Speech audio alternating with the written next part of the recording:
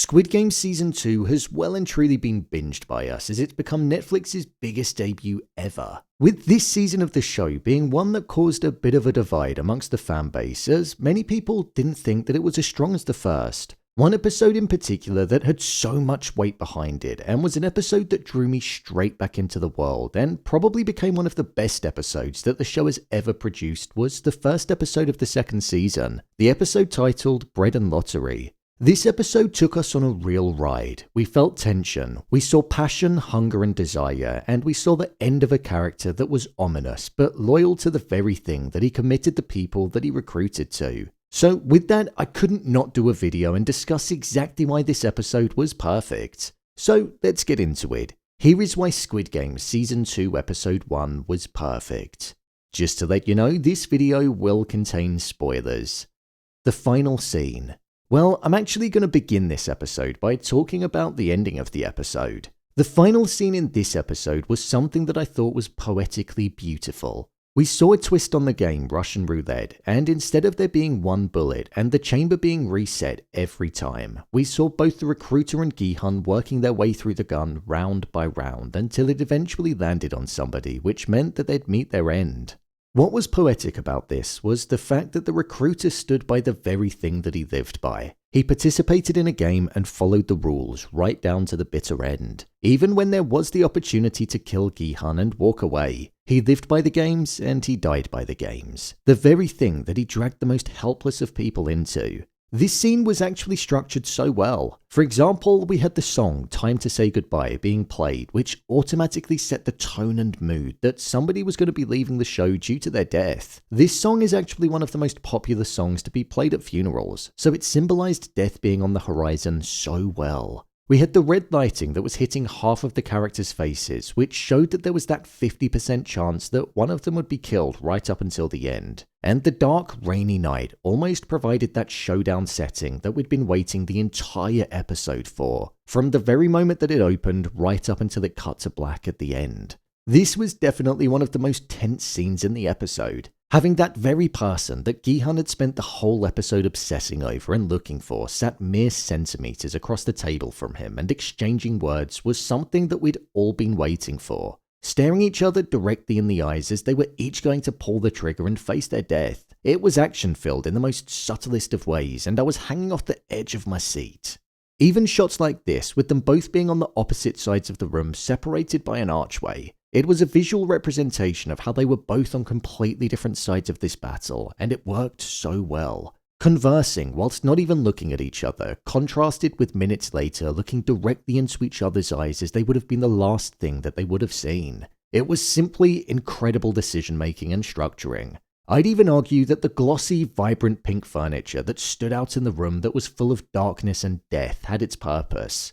In a room that was full of a fate that was set to be doomed, the only thing that had colour, and was the colour that represented love, nurture and compassion, was carrying the body of the man that stood for the complete opposite of all of those things. The recruiter had no compassion, as we saw when he was destroying food in front of the hungry. He had no love, as we heard about when he killed his father, and he nurtured nobody. The scene climaxing with the fear in the recruiter's eyes hitting as he realized that he was going to be killed when he next pulled the trigger was stomach dropping, and it cutting to black as the trigger was pulled was exactly the moment that the episode needed for it to have that memorability that long lived with me once the episode concluded.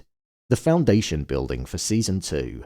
What this episode did really well was it established the foundations of the entirety of Season 2, and it showed us exactly what this season would be about through the different characters that we met and the separate story arcs that were unfolding one by one. There were 3 on the go at once. For example, we saw Gi-Hun's descent into obsession as we saw him 2 years deep into looking for the recruiter. We saw Jun-Ho's obsession with looking for the island that he was shot off when his brother was revealed to be the frontman. And we also saw Woo-Seok wanting to get revenge on the recruiter because he killed his boss and dear friend Mr. Kim. Something which ultimately drew all 3 of the main stories and characters together at the start of episode 2. And it allowed us to continue to follow their journeys perfectly whilst establishing the solid foundations for Season 2 as well. Moments such as Rock Paper Scissors -1 and Bread or Lottery were moments where we saw just how evil the recruiter was and almost how everything was a game to him. The only time we ever really saw him on screen throughout both seasons of the show was when he was playing a game of some kind.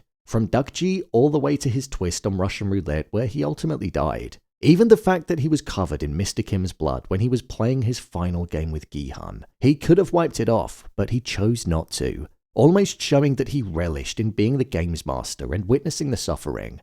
The mirrored arcs, specifically Gi-Hun and Jun-Ho, were what really got the focus in this episode, and showed how they were both deeply impacted by the island that they spent the entirety of Season 1 on, to the point where the obsession that they had continued for the entirety of this season and was still present in the final episode. So with the show starting with both of these characters, it grounded them at the core of the show and allowed us to see what this season would be about.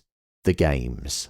I actually found the scene of Rock Paper Scissors -1 to be one of the most memorable in the episode. I'd never seen the game being played like that before, but it looked like a more tension-filled way of playing it, especially when Russian roulette was involved. The camera work in the final round of the game where we saw it split between 3 different perspectives and then it tilting up in the center and widening to the recruiter, the games master, and ultimately the executioner. It was really effective and it showed that the end was now upon us. Seeing the pain and suffering that both Woo-Seok and Mr. Kim were going through and the selflessness that Mr. Kim had in not moving any of his hands, something which ultimately meant that he was prepared to die for his friend, was probably something that contributed to one of the most emotional deaths in the entirety of the season. We barely even knew the characters at this point, but they were a humorous duo and you could see the partnership that they had with one another.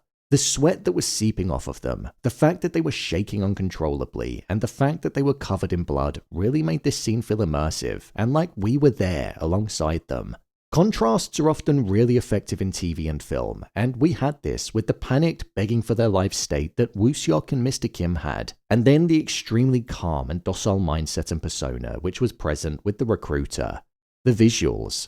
The visuals in episode 1 were probably some of the best in the season, and I'd probably say episode 2 is quite close in terms of visual enjoyment. There was a darkness that was ever present in episode 1 of the show, and during the night sky, the subjects always seemed to be lit only by the luminous lights that would be hanging off of the buildings, and the same went inside of them. Something which was just gorgeous to look at, and it put a focus on the subjects in a way that couldn't be captured with usual lighting. I'd also say the scene down the alleyway on both occasions was really nice to look at too. This was because the camera had such a smooth movement to it. Having Gi-Hun run into frame and then it slowly following him was a real nice touch, and it allowed the suspense to build. And then with regards to the recruiter down the alleyway, having the camera whip round and then having it also zoom in, they were techniques that were used which really encapsulated the mindset of the characters in that moment and the overarching objective of Mr. Kim and Woo-Seok hoping to find him. Whilst Season 2 of Squid Game pulled in some of the lowest rated episodes that the show has ever seen, this one was tied at the top for the season for the highest, and when compared to Season 1 and Season 2, it comes in 5th out of 16. For me, this was the most perfect episode in Season 2 of the show, and it symbolized the very thing that the show was about: hunger, exploitation, obsession, and living and dying by the games.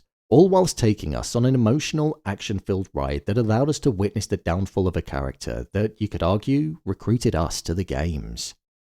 So, there you have it, why Squid Game Season 2 Episode 1 was perfect. If you want to see more videos on Squid Game Season 2, such as the ending explained, every new game being explained, character breakdowns, and even theories on Season 3, then click on the card in the top corner. Or alternatively, you can head over to my channel where you'll find more of your favourite TV series and movies being broken down. What did you think of the first episode? Let me know your thoughts in the comments. As always, thanks for tuning into the video and I'll see you in the next one.